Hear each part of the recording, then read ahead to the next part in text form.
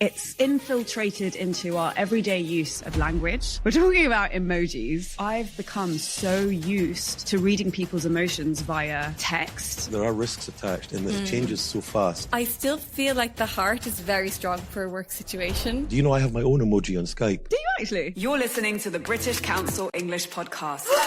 Brought to you by the world's English experts. Perfect. Okay, welcome everyone to this English for Life episode. Today, we're talking about a subject which maybe seems a little bit silly, but actually it's infiltrated into our everyday use of language. And so it's not that silly. We're talking about emojis. So I have Neil with me. I have Joe with me. Hello. I'm Nishma. Should we get straight into it? Absolutely. Let's go. Let's go. Okay, so my first question, I'm going to start light. Okay. Does that mean you're going to get heavy later on? That doesn't. Okay. We're going to get really philosophical later on. Do you like emojis? What is your general feeling towards emojis? I like emojis. Okay. Yeah. I don't like the overuse of emojis, but I find myself using them more and more. And I think that that's a general trend. I hope you guys can agree. I think it's like you say. I mean, you know, they've become part of everyday life, so you can't really avoid them. And like you say, overuse, yeah, can be a bit of a pain and some things like that. But everyone uses them. I use them. You know, I mean, it's depends on the platform and where you're doing it. But yeah, some of them I like, some of them I love. Do you know I have my own emoji on Skype? Do you actually? If you put in Neil in brackets, you get a cool guy with his feet up on a chair. Do you actually? Yeah. Amazing. Everyone can. Get Everyone Neil. can, yeah. Wow. That's what can I say? So, you know, I mean, I like them. Yeah, absolutely. That's like my name has never, you know, you had your names on rulers. Yeah. I never Yeah. found my name on any ruler ever. It's weird. I've tried every other name and it's only me. So there must be some guy in Microsoft called Who's Neil Neil? that just decided I'm going to put myself in it. That's I cool. love that. And when we talk about emojis, are we also talking about like the reaction button emojis? Yeah, why not? We can Yeah. add them in. Yeah, let's Yeah. do it. Yeah. Okay. Yeah. Okay, so general sentiments towards emoji. And the reason I ask is because people do have mixed Yeah. attitudes towards them. And I feel like right now, jokes aside, we are navigating this kind of flux where emojis are kind of trickling down into how we write. So for example, when I write to my parents don't use emojis. Yeah. And so what might happen sometimes is they'll reply, it will be an emoji-less reply. And I'll be like, why are you so angry? And they're not angry. They just haven't used like the smiling emoji. Do you know what I mean? And so I've become so used to reading people's emotions via, text or via written messages through emojis. And it's even started to seep into emails at work. So in professional situations. Yeah. Which brings me on to my second question. What is your stance on using emojis in the professional context? Do you want to take that one first, Neil? Okay, I can. I think it's a little bit sensitive. I have noticed, I mean, you know, now, a few years ago, I think I would never have come across them in emails at work from managers and from people and things like that. Yeah, just a few years ago. Just a few years ago. It was very unusual. I had one colleague, we'll call him Peter, because that's his name, who like 10 years ago was using emojis every place and putting it, you know, it could be the most, whatever the email was, there were emojis in it. And it was looked on as a little bit strange and odd. But now I get emails from managers, from outside partners, from companies. Yeah. That's absolutely normal to have just a little smile, you know, Yeah. nothing, not a stream of like, you know, multiple different signs, but a little smiley face or something like that. Absolutely normal. And it's not considered in any way inappropriate or strange. It's just, you know, like you said, it's just kind of showing a positive kind of, you know, feeling that you want to kind of finish with a, you know, a little bit of personal touch. Yeah. Yeah, I think the same. Like a few years ago, I would never have used emojis. And then more and more people did it. And I thought it was unprofessional. But then when you see it more, you're like, okay, well, I'll just put a smile, because it's kind of like you said, Nishma, with your parents. If you don't have that like hieroglyphics or how to interpret the text that's just written, it can seem very cold. So you put a smiley face next to it to just convey your emotion in a way that words can't, in a very, very simple way. And we do that in work in IT. even on Teams, on email, it has the different reaction buttons. And I often react with the thumbs up. Yeah. I still feel like the heart is very strong for a work situation. But this is what I find fascinating, because so obviously we have English language learners watching this video, but I think because it's something new, it's a whole world that everybody's kind of now navigating. And like you said, so for example, a small smiley face, like one smiley face at the end now is like, yeah, that's fine. But it could be the one smiley face with, you know, like the blushes and like the massive grin. And suddenly like that's a bit too much. Or if you had like the party hat, or I don't know, depending on who you're writing to.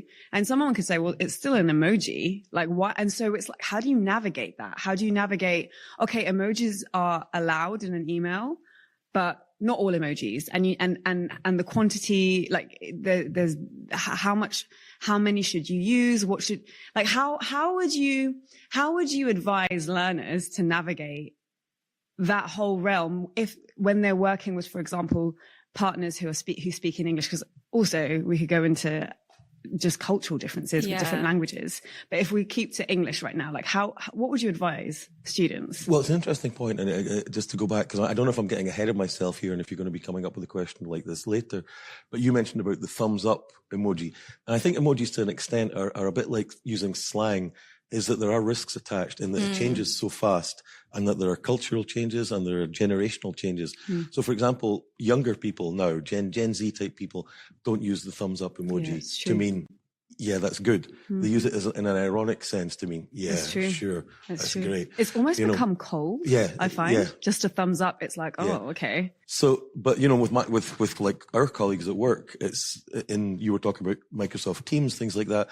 If I didn't get a thumbs up from somebody after I'd sent something, I would feel like you felt with your parents. I felt like, okay, they're not happy with what I've just sent them, or there's something wrong there. So there's differences there. So, I mean, from a language learner's point of view, I think it's like I say with slang or anything else, it's like, I think you have to kind of at least make an effort to be aware of where these differences might come and when it might be appropriate, when it might not be appropriate. You said a heart's maybe too much. Maybe that's, you know, maybe sending that to your friend on WhatsApp or something when they've just sent you a photo is great, but sending it to somebody in work who sent you I don't know. How do you, because I would say, like, I quite enjoy receiving hearts at work. Really? Yeah. But so like, how, is it just a personal thing? How do we, Got to be some of that too, I guess. Yeah. I think it depends on what the content of the email is. And like within everything, we always have to understand it in the context of where it's happening. Yeah. So, if someone just says something quite plain and then someone else responds with a heart, that's when I think it's a bit too much. Yeah. But if you've like done a huge 6-month project and you're sharing the results from that and then someone responds with the heart, okay, then that's nice to receive because, you know, it has been a labor of love and you are looking for that recognition from your colleagues as well. Yeah. I mean, it's on Teams for a reason. Yeah. Like they've developed that and they decided to put it on. But in terms of navigating it for people who are learning English, I would say to look at the company that's sending it to you and understand their context and kind of respond in kind. So if they're using a few emojis, you can use a few emojis. If they're not using any emojis, maybe don't use any, or maybe just use 1 or 2 if you really want to, you know, put that personal touch on it. I think that's a very good point, because when we're teaching, like, for example, business writing, and, you know, the fact that you've got different cultural expectations when you're writing to people from different countries and things like that. And, you know, Anglo kind of approach tends to go very, very friendly, very informal quite quickly. And it's like, hi, you know, hi, Nishma, hi, Joe, Neil. And it's this, what you just said, exactly that. It's kind of being aware of how the other person is responding and acting and kind of, you know, adapting to that. Yeah. Because I have colleagues, like you were saying, who do put hearts on things a lot. And therefore I find myself putting hearts on their things, although it wouldn't be natural to me, but because they do it, you know, it's okay. It's true. You know, so I just want to kind of respond in kind, like you said. Yeah. And I think this kind of touches on, for those of you listening, the British Council is present in like 140 countries around the world. So we have colleagues who live everywhere around the world, and it's an international organization, and many of you maybe work for international organizations or work with people who live in different countries. And it's interesting because it kind of touches on intercultural fluency. Emojis have seeped into that, you know, like in France, I live in France, emojis are less of a thing professionally. Really? Yeah, like professionally. The French, I find it's a lot more, you'll be a lot less informal in professional context. So emails, you know, even the fact that you have the vous voir and the tutoir, like in English, we only have one form of saying you, and it's just you. Like in Italian, lei, tu. And so the fact that you would vous voir people already is setting another tone. It's like we're formal. Emojis don't have a place in this land, you know? But yet you're also working with people who are, in the UK, it is more informal. So it's like, it's interesting how it touches, I find, on also intercultural fluency. Definitely. Whereas I live in Italy, and even though in Italian there is that two different levels of formality, most people in work still just use tu. They don't use lei. And so a lot of the responses would be more warm and more informal. And so a lot of my Italian colleagues use more emojis than I would. Oh, interesting. Super interesting. Huh. Okay. What's it like in Slovakia? I don't get, there's not so many, in my experience with the people I deal with. It's less, but we do also have the same two levels of formality. But again, like once you know somebody, once you're working with somebody, it's all at the less formal level. Okay. But in an outside context, when you're dealing with somebody that you're not in contact with regularly, it stays at a higher formal level all the way through. It takes a long, long time before it filters down to the equivalent of two. Yeah. Okay. I did, so I'm not going to spring this on you. I did give you this question beforehand because maybe it's a bit difficult to think of, but have you ever received an email or a text message or a WhatsApp message? So not necessarily in a professional context, could be in a personal context, but where there's been a use of emoji and your reaction has been like, that's inappropriate. Yeah. Well, it's slightly rude though. Some of the uses. That's okay. We can be slightly rude. I think. Some of the uses of emojis are slightly rude, and especially people older than ourselves may not understand the full connotations of the emojis they're using. Yeah. My mother-in-law sent the water drops emoji because I think they were having it was a hot day. They were having a water fight or something, but I don't know if you want to explain what that means or if we should just leave it there. Look it up. Maybe you can Google it. Yeah. Squirt emoji. Yeah. Yes, there's a few of those. I can't think of an appropriate one that I've received, but I have found myself having to look some up because I'm really not sure what they meant. And I've got, true. And somebody sent me something. I've gone, okay, I really don't know what you mean by that, or I'm supposed to respond. So it's like, so one new one that came in that I had to look up was the skull. Yes, I was going to mention that one too because I text my nephews. And like as Neil was saying earlier on, like thumbs up is not cool anymore. I think is it this one? The okay emoji. That's the skull emoji has replaced the crying eyes emoji. Yeah, it's so not cool. And it's to do indicative crying eyes. of age. Yeah, now, exactly. You know?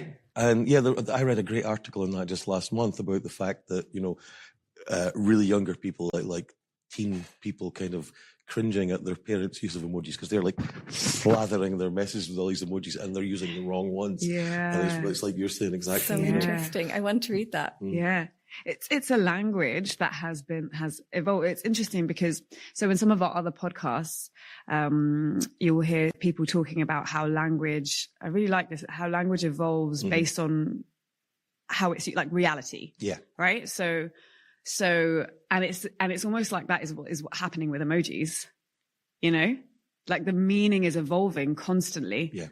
Yeah, but I think, when you looked up skull, what did you find? Because I had my theory about that, but I never actually looked it up. Dying of laughter. Yeah. They're dead. It's so funny they're dead. Yeah. Because the language has evolved so that the visual representation of that language changed. True. I'm dead. And one that I have never figured out, and I still don't know how to use it, so actually any insight you could provide, I'd be very grateful for, is the upside down smile. You know where they're like smile, it's like an upside down Do you know which one I'm talking about? Yeah. What is that? I haven't looked that one up. I haven't looked it up, but I do use it sometimes. Okay. But to prepare for this podcast, I was talking to my friend about it. Yeah. Hi, Anusia. And she actually is a visual communicator. So she gave me a really good insight into that. And I think that this might be the time that I use it, is that sometimes we communicate things when we don't know what to say. Mm-hmm. So, and we communicate things, like I could be trying to communicate one thing and then you understand another thing, like what happened with my mother-in-law. Yeah. But I think sometimes when I don't know what to respond to something, like just, like, and in language, there are no words for it. So I just put upside down. Smiley face. So that will show the person that you're kind of a bit confused. Yeah. It's like, just, I'm responding, but, but I don't really you can know. interpret it the way that you want to interpret it. Yeah. Got it. Yeah. That's how I use it anyway. Okay. And I have one thing. So one thing I did want to ask you. So imagine you're in a lesson. Mm-hmm. And so we're talking about how emojis are this whole new landscape of language that students need to navigate in their own language, but then also when in English, right? Mm-hmm. As we said, there's different cultures use them differently. What would be your 101 kind of piece of advice, lesson and let's make it specific to business English students? Actually, do you want to make it specific? Let's make business students, and Neil, you go with business students. Okay, sure. And Joe, you go with a general student. Okay. My piece of advice would actually be the same one that we mentioned earlier, which is, be conscious and aware of how people communicate with you and respond in kind. Because I think that's, whether it's just simple things like actual text, how people say hi and how people say cheers or bye or stuff like that, or it's emojis. So I think it's, you always run the risk, whether it's from language or whether it's from like visual representations like emojis, of not alienating, but like maybe, not responding, giving somebody the wrong impression when they come back. If they come on really friendly and really positive in this way, and you reply in a completely different way, it just puts that distance between you. So I would say just to focus on, not to initiate. I wouldn't say, the first time you send somebody a business email, end it with, bye, Neil, and then 37 emojis along the bottom. Yeah. But just to be conscious of it, if it does pop up, if they're sending you a message, a chat message or WhatsApp or an email, and if they do it, then I think it's nice to just kind of, respond in kind. Yeah. It kind of actually just seems like a part of a wider soft skill of being able to read the room. Mm-hmm. Well, that was kind of my tip for a general audience as well. Like have the audience in mind. Yeah. Like, especially emojis change with age. Mm-hmm. So think about like what age group you're sending that emoji to, and then maybe look some of the emojis up that you're not sure about. If you're not like 100% sure that there's some emojis okay to use with this age group, be it somebody older or somebody younger than you. Yeah. Look it up. There's a website called Emojipedia. I think you can look it up there, and sometimes it gives you an explanation of. I didn't know that. Yeah, of what the emoji means. Yeah. Okay. I guess another thing that follows on from that would be another piece of advice that goes for writing as well as anything else, but like keep it simple. Don't go into the splash emojis or the skulls or the whatever, or various, vegetables or anything like that. Keep it to simple things that are like, puzzled face, happy face or stuff like that until you're more confident about kind of navigating it. Yeah. Keep experiments to your close social circle. Yeah. And if you're not sure, check with somebody else. Yeah. Good advice. I love it. Amazing. Okay. Well, I'm pretty happy with what we've covered over emojis. If you enjoyed this episode, give it a thumbs up, subscribe to our channel. We have so much content coming out for you guys to help you improve your English in so many different spheres of life. And we'll see you again very soon for our next episode. Thank you so much, Joe and Neil. Thank you. Bye. Bye. Thanks for listening. We really care about your English. So if you like this episode, make sure you subscribe because we've got lots more great content for you to explore.